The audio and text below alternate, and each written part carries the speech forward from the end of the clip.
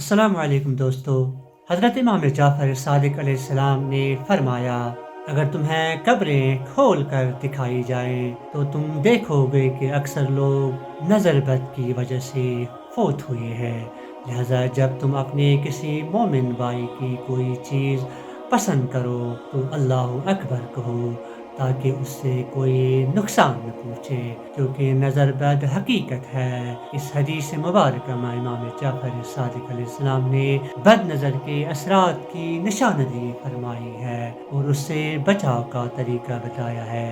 جب ہم کسی کی نعمت یا خوبی دیکھیں تو اللہ اکبر کہہ کر اللہ کی بڑائی بیان کرے، تاکہ نظر بد کے منفی اثرات سے محفوظ رہے۔ آئیے ہم سب اس تعلیم پر عمل پیرا ہوں اور دوسروں کی خوشیوں اور نعمتوں کو دیکھ کر اللہ کی حمد و ثنا کریں، تاکہ معاشرے میں محبت اور خیر سگالی کو فروغ ملے۔ خدا حافظ۔